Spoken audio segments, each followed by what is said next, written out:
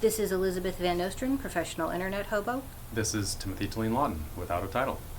This is our fourth attempted recording of our second episode in our series on integrity, truth-seeking, and effective altruism. And I'm suddenly curious on behalf of our audience, why has it taken so many chances to record this? The first one was an interview that was just too podcasty. Like, we didn't get to anything real depth. It wasn't a real conversation. We've then recorded this conversation 2 times already. One was kind of always intended to be the rough draft. We then re-recorded immediately, and there were a bunch of things. You can say what you didn't like about it. I left the gain on the microphone way too high, and so there was a terrible hiss throughout the entire episode. You asked a question during the episode that we'll get to again that I gave out like kind of a grab bag of answers to, and I figured out what my theme was a couple of days ago. Yeah, related to that, I expect my answers will also be better having had the messy version first, and I do feel a little bit torn about re-recording when we're expecting to talk about the same thing, because there's something nice about the authenticity of the first cut, or like getting to hear the off-the-cuff reactions. My take is that the raw cut is terrible, and I would never listen to it. It's too meandering. I hate the two people meander along form of podcast. I've always aimed for pretty highly edited, but another reason we're re-recording is a mutual friend, Mylan Griffiths, listened to the first episode and pushed back pretty hard on the amount of editing, and also just the sound quality, that it had a kind of clipped Frankenstein quality to it. And so we wanted to do another shot at having it sound natural and be a conversation and not need so much editing. But also, full disclosure, we've had this conversation 3 times already. Great. So, last episode was all about my EA journey and disillusionment. Do you want to talk about yours a little bit? Yeah, that sounds good. Started thinking like a consequentialist freshman year of college when my friend Jared gave me a book called Practical Ethics by Peter Singer. And that, along with the other books I was reading that year and thinking shifts, led me to both become a vegan less than a year after I'd heard the term for the first time, and also become more politically active and care about politics. Got actually involved in the EA registered trademark in 2013 when I joined GiveWell. Have worked mostly in EA adjacent orgs since then, GiveWell, and then CFAR, and then Anthropic, which I quit a year ago. I guess the closest thing I have to a disillusionment story with EA is that a couple of years ago I started realizing what spirituality was for and realized that I actually think I'm a spiritual creature, and secretly I think everyone is too, but I think talking about what that word even means is confusing and hard. And along with that shift in my own self-identity, or whatever, the way I see the world and the way I relate to it and myself, has also come with having new opinions about like what EA is missing or might be in its sort of communal blind spot. Before we get into the blind spots, can you tell me some things you like about EA, or why you think there is a core worth preserving? Yeah, so I feel like the idea at the heart of EA that I still love just as much as ever is how do we do good effectively? To the extent that we believe there are some things in the world that are worth causing to happen more, or things that are worth causing to happen less, in a sort of non-personal way, like zoomed out to the global scale, then how do we do those things effectively together? So that sounds to me like you like EA the philosophy, yeah, but that's the it's philosophy side. Not about the EA, the movement at all. Right, so then I describe the community as, or the movement, those are interestingly different. I would describe it both ways, but as community formed around trying to do that, trying to implement that philosophy together. Mm-hmm.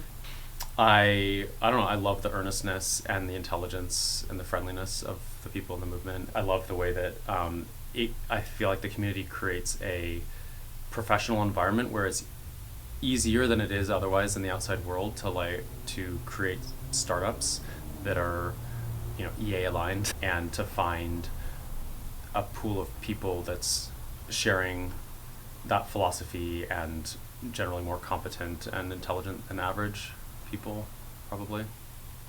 It's interesting. There were a couple of comments in response to the last episode that defended EA the principle, which the only objection I have to EA principles is that they're not EA principles, they're my principles. I had them first, so did a lot of other people. When I say EA, I always mean the movement, and it's the movement that I gave up on.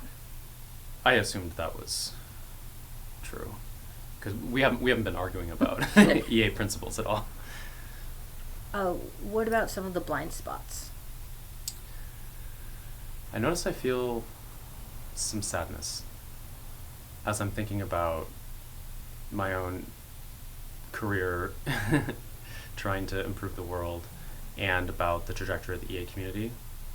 I feel a lot of sadness about the amount of effort that's gone to waste, in particular because it's such earnest effort. It's so beautiful to be part of a community where people are really trying to do the best they can and wanting to make that the best for the whole world and not just themselves. In both my own career in EA and in EA as a community, I see a trajectory of earnest good faith enthusiasm, building of momentum for a decade or more, and we had a lot of success starting a bunch of cool organizations and raising a bunch of money, and I think we made some big mistakes, and I think we've earnestly tried to acknowledge and fix those mistakes, but I don't think we've yet finished learning from our mistakes. What I want to see, and what I get honestly more hopeful about and excited about from talking with you, is I want to see us finishing that process, and I want us to make some big updates about the nature of the world and what it means to be human, and therefore what it should mean to be a quote-unquote good EA. To the point of our debate about EA diaspora or Renaissance, I do think that EA's ability to learn from its mistakes does affect and should affect whether a Renaissance is even possible or desirable. And yeah, I guess I'll pause there. Thank you. I think that was beautifully put. We've talked about why I became pessimistic on that process. I would love to hear more about what you think the process could be in order to get EA learning what it needs to. Two answers come to mind off the cuff. One is that I want all EAs and all EA institutions that haven't already done this to really to do a soul search on what their mission or EA mission is, and whether they have sufficient evidence to believe they have an important blind spot, and that's worth addressing and prioritizing above work like expanding our resources. Soul searching is one of those things that's easy to fake, and including to yourself. When you personally are soul searching, how do you know when you're doing it for real, or what's the process of doing it for real? Or I guess I just want specifics on this, and the only thing I think anyone can give specifics on is about themselves. I guess I noticed that I'm starting a soul searching process when I've been usually like stunned or slapped in the face or something that has me give pause and realize that large, like the big stakes are at play, and choosing the path is more important in the short term than making progress on the path. Knowing, if I was trying to describe how I know when to do that, like in some ways it's a different question about how do I notice when I'm starting to do that versus if I'm trying to give someone tips on how they might notice that they should be due for one. Let me ask a different question. Go ahead. What does soul searching look like when you do it? Taking a step back, taking a period of rest. Things like self-awareness and centeredness, or like a positive meditative state over things like progress on the plan. What do you think it might look like when that was applied at a movement-wide scale? I would expect to see a significant heightened amount of discussion, most obviously amongst the like leaders or power brokers of the community, but also all, of course, all the stakeholders. I would expect to see a deprioritization of instrumental goals such as fundraising and recruiting. And I would expect to see institutions, scheduling things like off-site retreats with their teams in order to reorient and organically let new direction or wisdom bubble up over things like scheduling intense heads down periods of creation. EA is in some senses very open about criticism. And there was a lot of discussion post-FTX that I didn't see anything particularly valuable happen. I think it was a lot of hand-wringing and people with no stakes or information having very strong opinions. I think one or two power brokers spoke publicly, and I was not really happy with either of them. Basically, I think it's easy for people to follow the form of what you're discussing, but not the function. Yeah, I guess I have more hope of, I think I would instead try to share the insights or updates that I've had in my parallel journey and try to communicate like why I think a similar updates are needed in the community, and if other power brokers ended up agreeing with me, then they would take appropriate actions to update the behaviors of themselves and the institutions they're part of. I don't expect to have like great things to say about like what institutions should do. In our previous attempt at recording, you talked about an integrity vanguard, which I think could play a really strong role in something like movement-wide soul searching. Could you tell us more about that idea that was originally yours?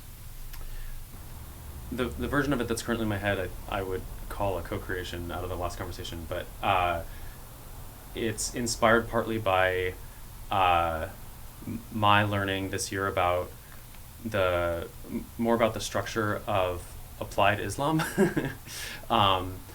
where you have lots of imams. Imams are these, like the priests of Islam. There's a very decentralized structure where lots of different imams are just sort of authorities on applying, the teachings of the religion to everyday life.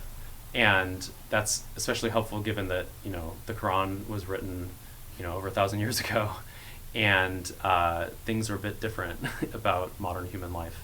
And so it's not always obvious how to apply the bits of wisdom that the religion itself is most confident about. So you could imagine this in EA working if you had people that are considered essentially a kind of elder in the community, a kind of respected position, not that everyone agrees with, of course, but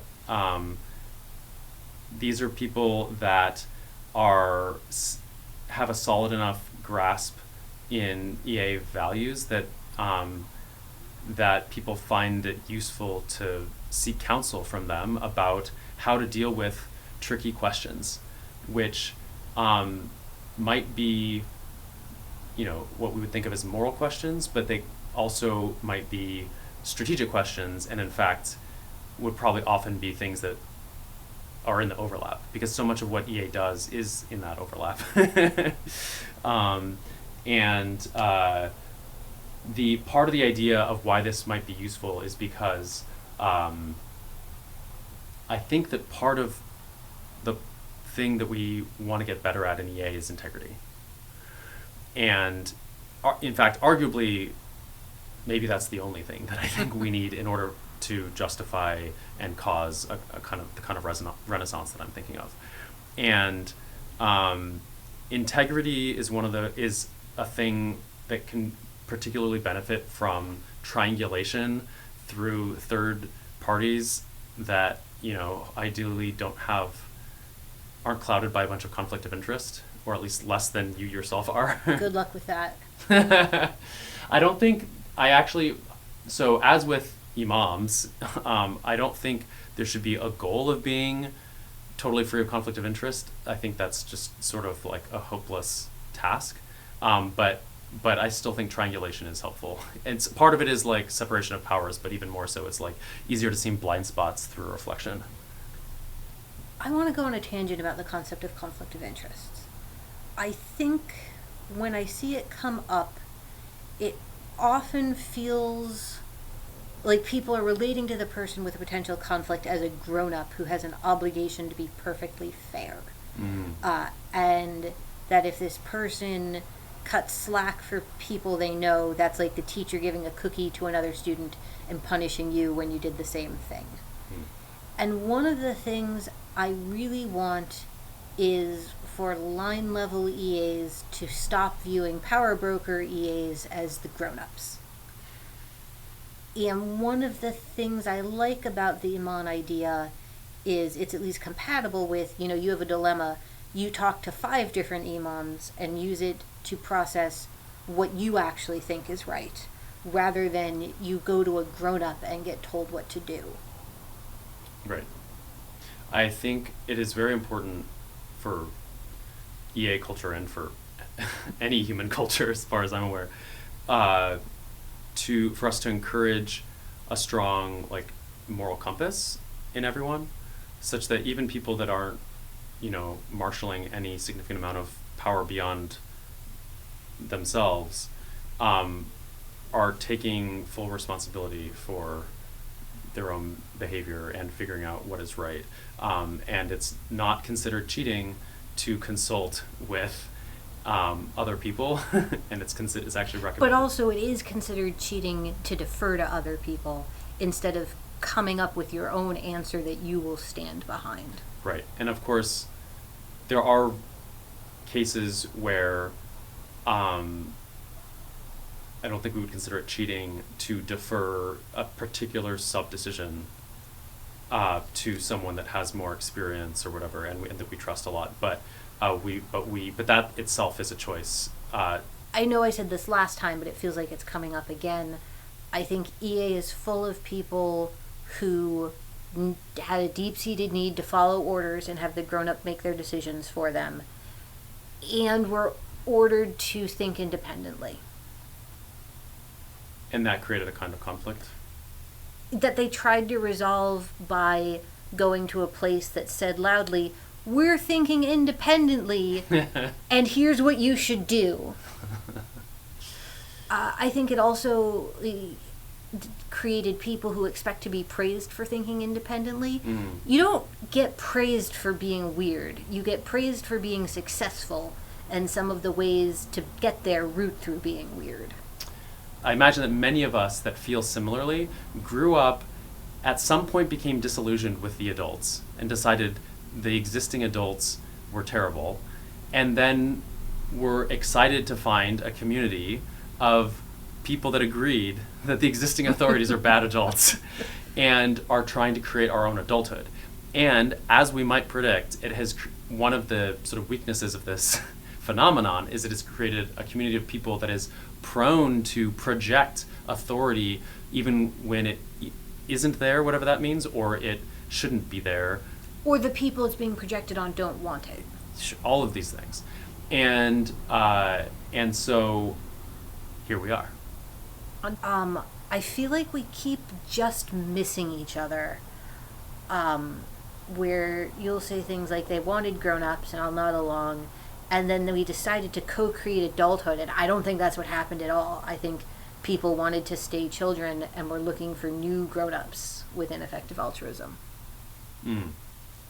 I guess I'm thinking of like the development of GiveWell and Open Phil, for example, as at trying to create adult level wisdom on where to donate if you want to give to global poverty, for example. Yes, I think that is a great example of becoming your own grown-up. I think a lot of the people following GiveWell want to relate to it as a grown-up. Yeah. And I think GiveWell equivocates about whether it wants that. Whether it wants to be an adult? Whether it wants people to defer to it like that. Oh, well, it's because there is some of both, right? Because it exists in part because there's an obvious efficiency. It's a sort of natural monopoly. Like you want there to be a resource for, but also you want people to maintain their own compass. There's a particular way it feels for me to be aligned. My hands did air quotes. I don't love that word or term, but it is a big part of EA culture. And it feels meaningful. Like when I feel, let's say, internally aligned, then I feel like a clarity on who I believe I am, what I think I'm doing, and it's easier to relate to other people and institutions around me because I kind of know where I stand in the universe, so it's easier to know how I want to stand in relation to others. And I don't feel that level of clarity within EA as a movement right now. I actually think in some sense we had it more, let's say like 5 years ago. Like the problem isn't that we developed new blind spots so much as, so I don't think it's necessarily a problem that there's less of a sense of clarity of mission, because I think part of why there's less clarity of mission is because we've gained evidence for ourselves about blind spots that exist. And one might say we've grown up. We've grown up, yeah. I had so much clarity when I worked at Wave. And then I got AI pilled and no longer knew what the right thing to do was, and everything is confusing, and I miss that certainty so much. Right. So I love talking about this without so much the lens of what should have happened, or without so much the like blame or judgment frame, but instead trying to understand the phenomena of where we're at, or including where we have been. And it seems like you and I agree that there was a clarity of vision and mission in EA up through something like 5 years ago. I don't know when the timeline is. There was more of it. I think like similar to when I was at Wave, like I had clarity of mission, but I was wrong. Right. One thing I'm curious about is like how much of the wrongness you would attribute to the phenomena where if you have a normal amount of blind spots, but then you acquire more resources and power and responsibility, then those blind spots lead to larger and larger errors and mistakes. I think that happened, and I think that was a separate phenomenon from suddenly getting confused about what the best thing to do was, because new options were introduced. I used to love going to EA Global and seeing all these other great ideas that I was delighted to not work on because my thing was so good. But that's no longer true. No longer true. the biggest shift was because I started worrying more about AI and existential risk, and there wasn't any equivalent of wave for existential risk. There was nothing that felt like a slam dunk that I was a great fit for. I separately think I have been on this journey of becoming more powerful, and I feel like that's created problems mostly through decision paralysis. Mm. So I guess my internal experience is that I am clearing blind spots ahead of increasing my power, to the point one might think I was holding myself back until I felt safe having it. Seems like a reasonable ordering. The part that I most worry about is the holding back, not, depending on what that means. I guess it's the opposite of fake it till you make it in some way. Fake it till you make it people are cheating, and a grown-up should intervene.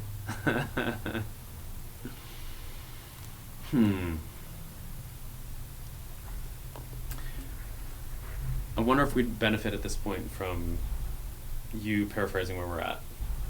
We've talked a lot about sort of the concept of grown-uphood and how people in EA relate to it. And I think there's maybe a chronic talking past each other where you are talking about your high-status EA leader friends, and I am mostly talking about line-level EAs. Yeah, I think we should be talking about both.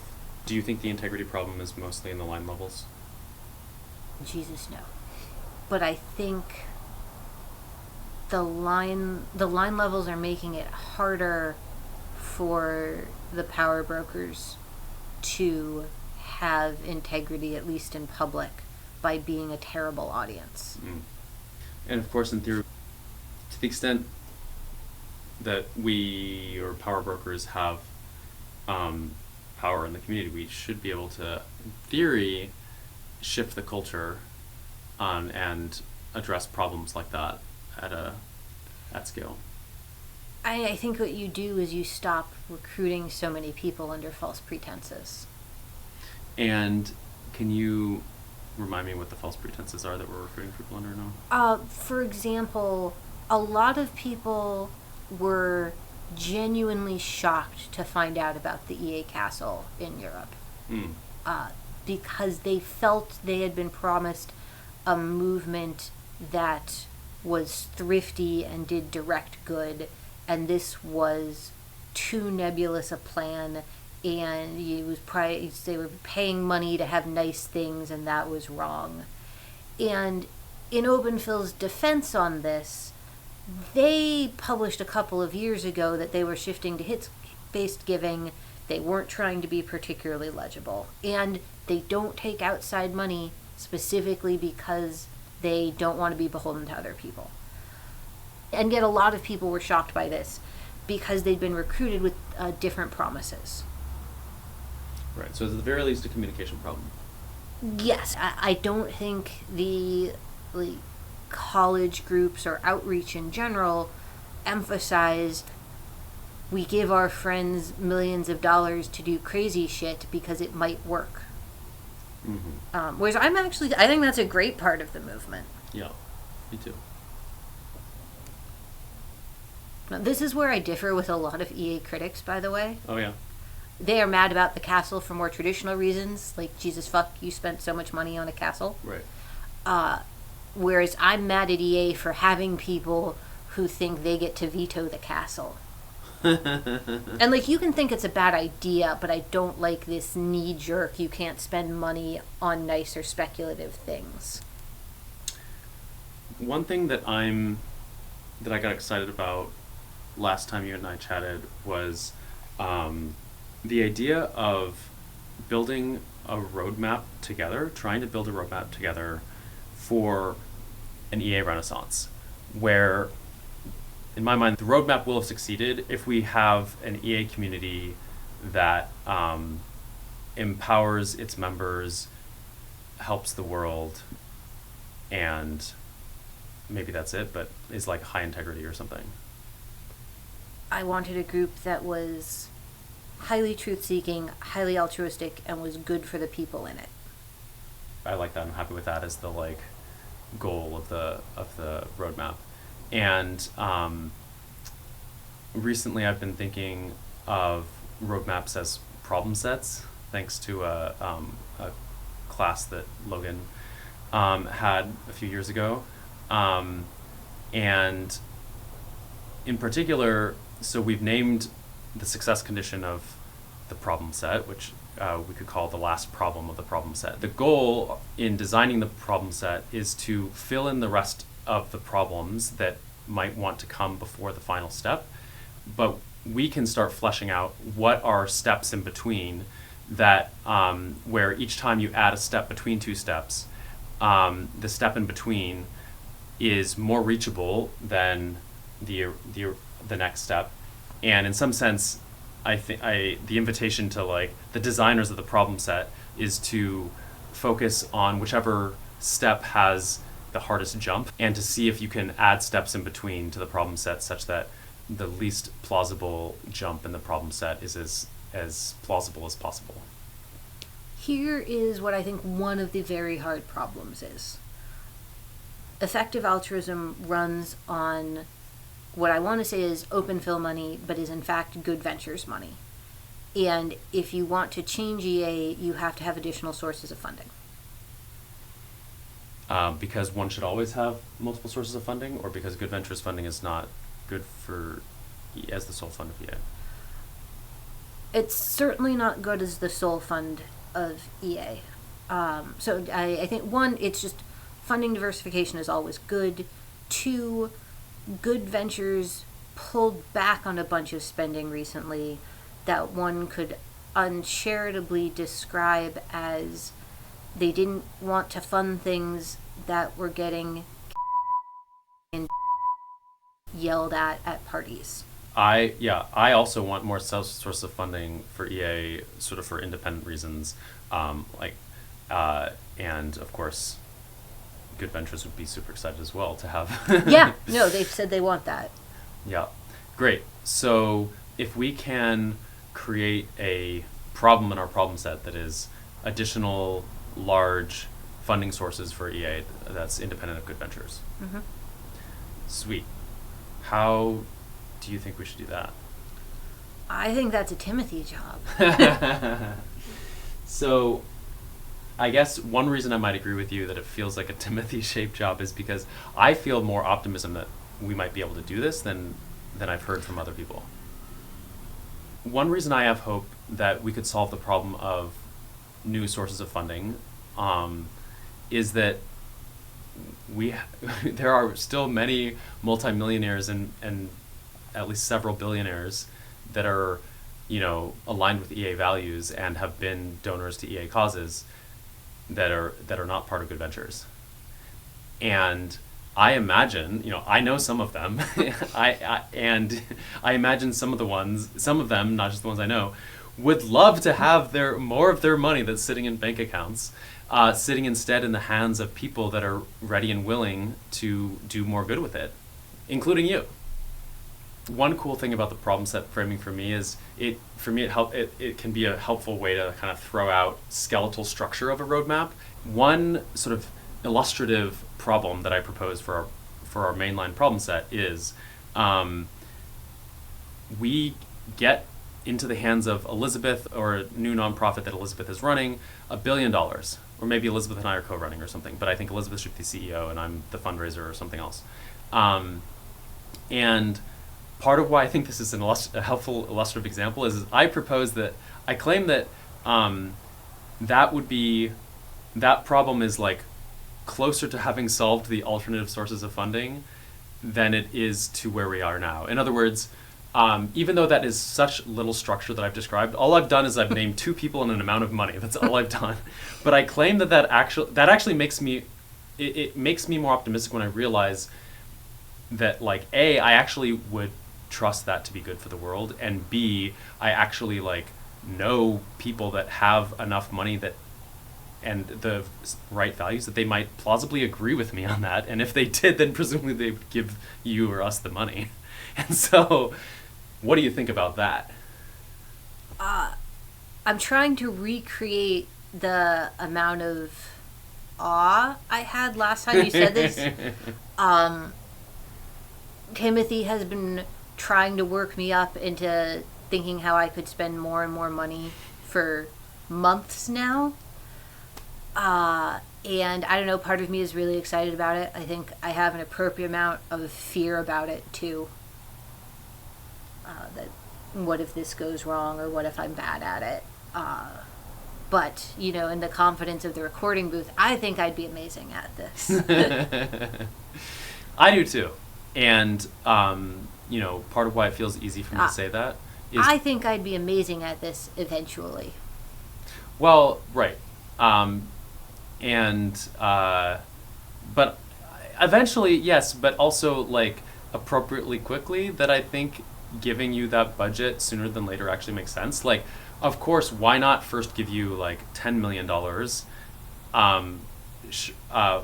if we're not in too big of a rush, which, you know, I, in general, encourage patience as a virtue we should be leaning into even more.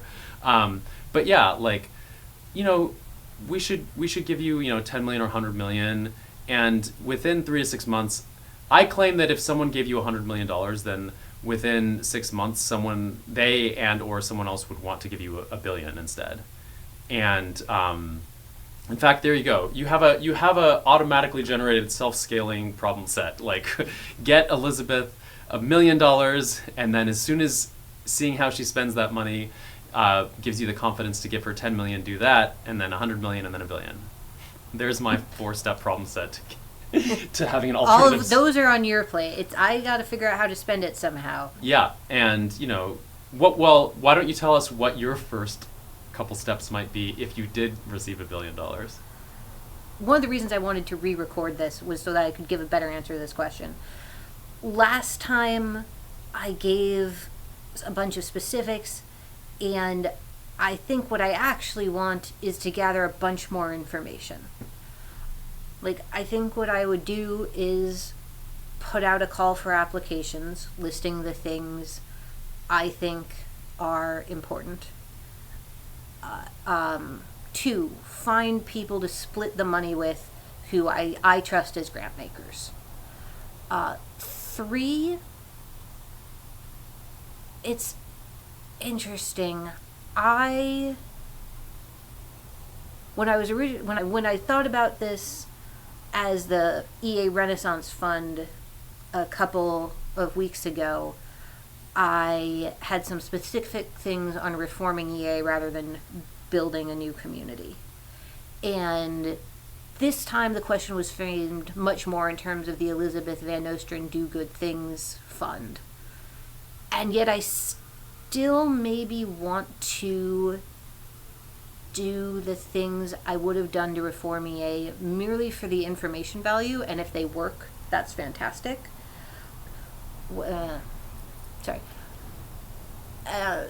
And if I was trying to reform EA, the first thing I would want is more information. I don't actually think I know enough about the internal workings of organizations or what trade-offs they make to tell them what to do differently in any particular decision. Or could I restate that as, like, to have an opinion about what they're doing wrong, if anything?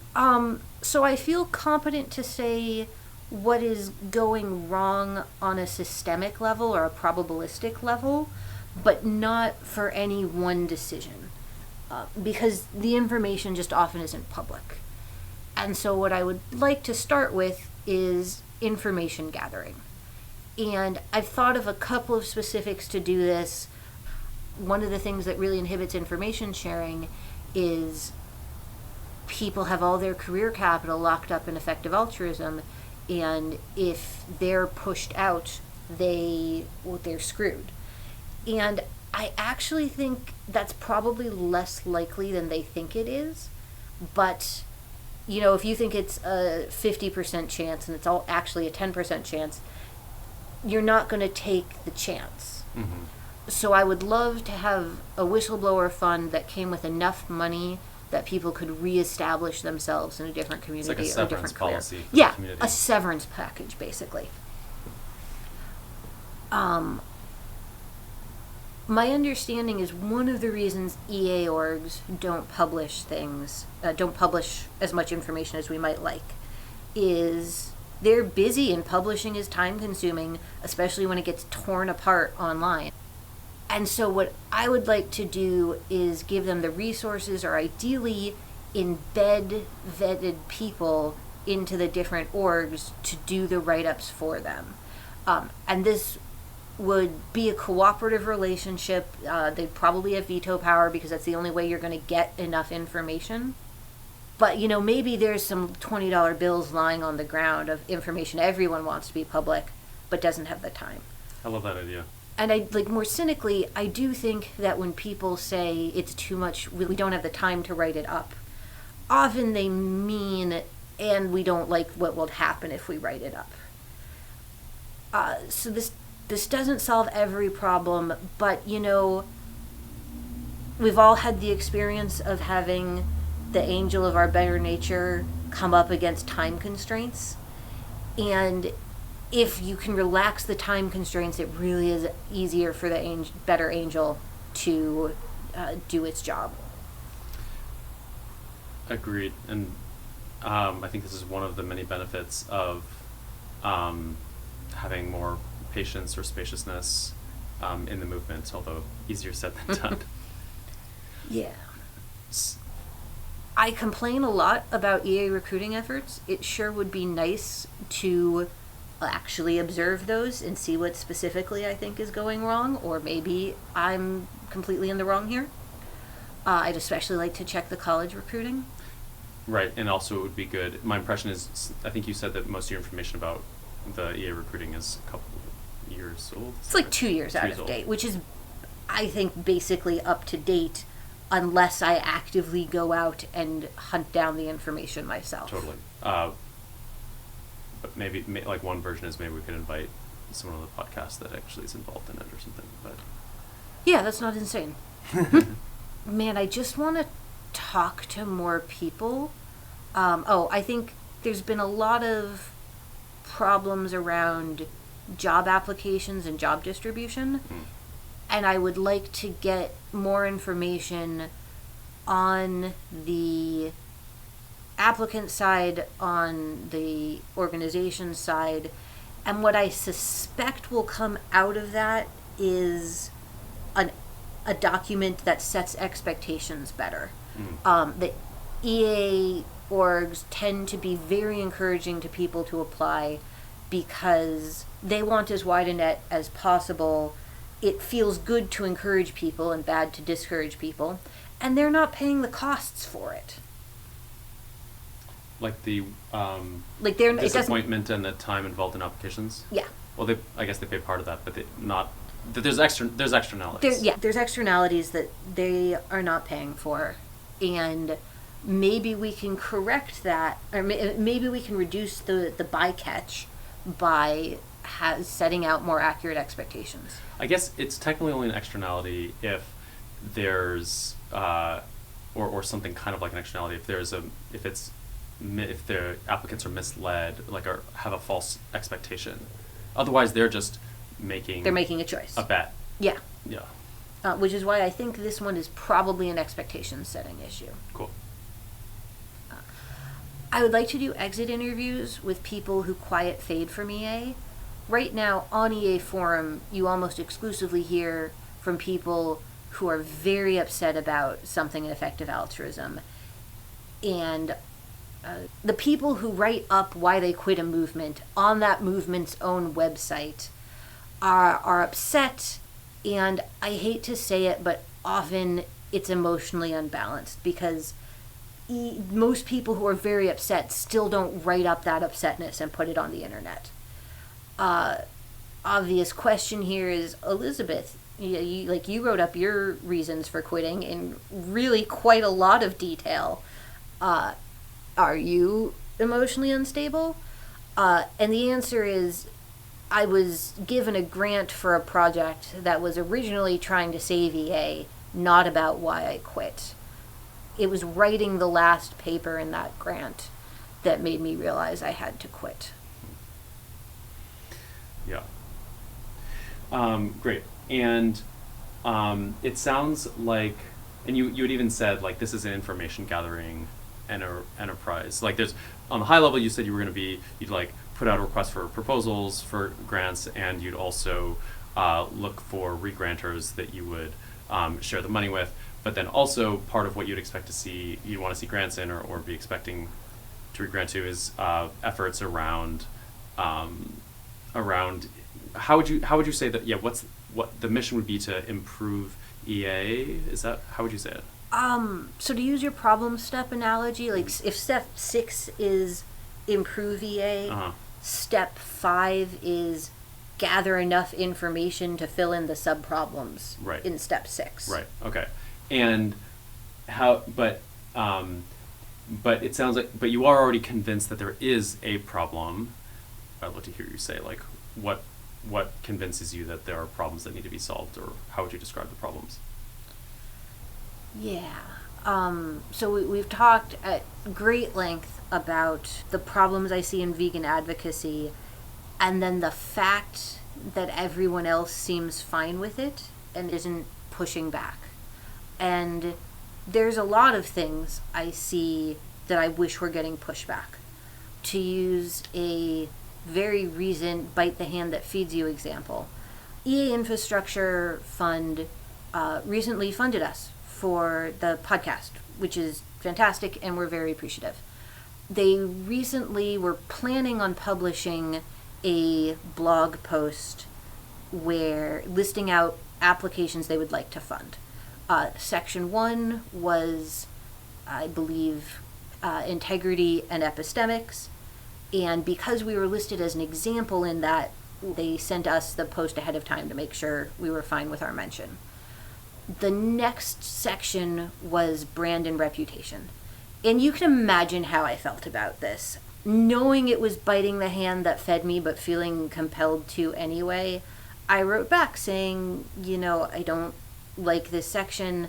I think you should be aiming to inform, not boost up EA's reputation beyond what it deserves.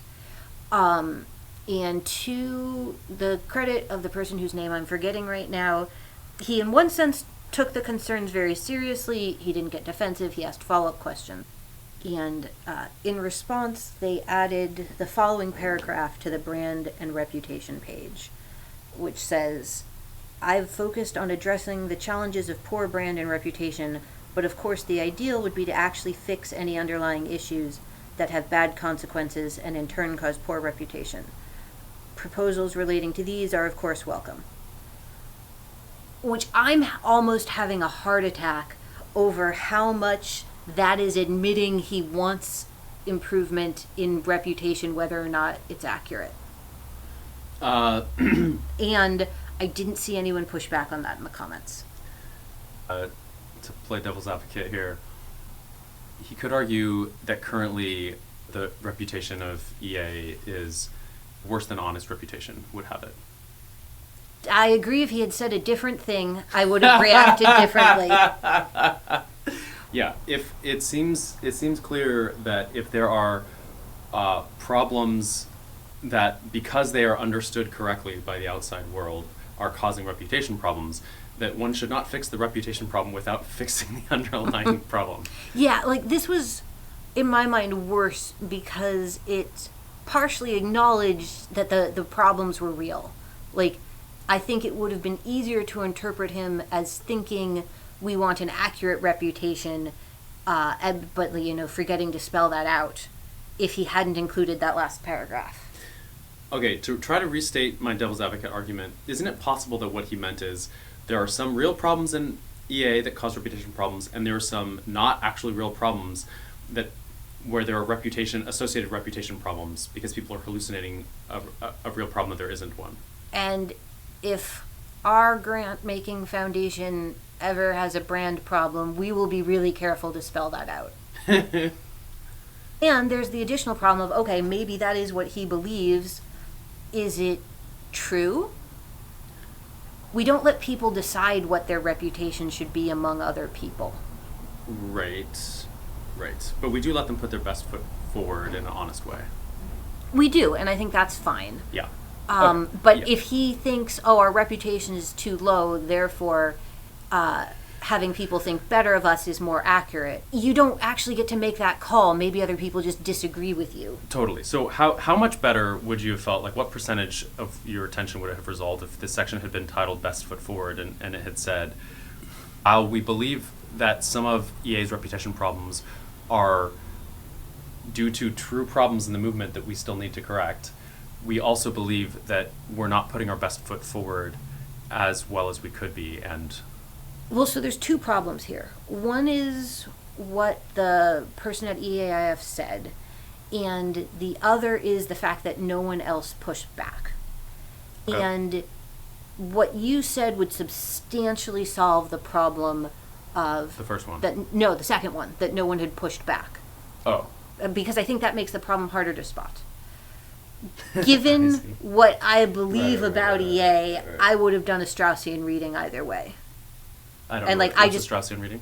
I would have said, well, okay, that's what you're saying, but I think the effect this is going to have is to improve EA reputation independent of worth. Cool. Yeah, I just thank you. That now I feel ready to. Now I'm more enrolled in just like being on your team in like treating this as evidence of, or at least symbolic of, as part of the integrity issue in EA, to kind of tie this into our zoomed out thing where we're working on a problem set, and in one of the problem tracks that we were creating is about alternate funding source for EA, and our current version of solving that routes through a like Elizabeth Does Good fund. It might also funnel in part through giving open film money that doesn't come from good ventures. And then I'm hearing that and then you're also mentioning this sort of like alternate, like additional, perhaps parallel track of the problem set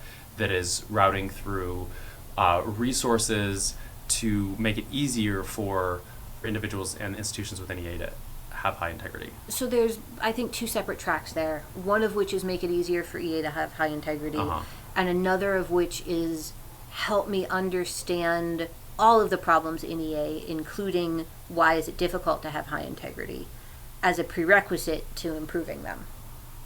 So now that, since we've done a kind of zoomed out look at this problem set so far, what's the biggest leap in your mind right now? All of them? I feel like it's like we've got a map with one coastline, like one bit of coastline on one side and one bit of coastline on the other, and nothing is connected in the slightest. I think fundraising $1 billion sounds hard. You sound confident, but so we have to wrap up here for time reasons. I'd like to say thank you to EA Infrastructure Fund and many donors on Mana Fund for funding this project. We're now fully funded for the 5 episodes. We really appreciate it, you guys. Yeah, thanks so much.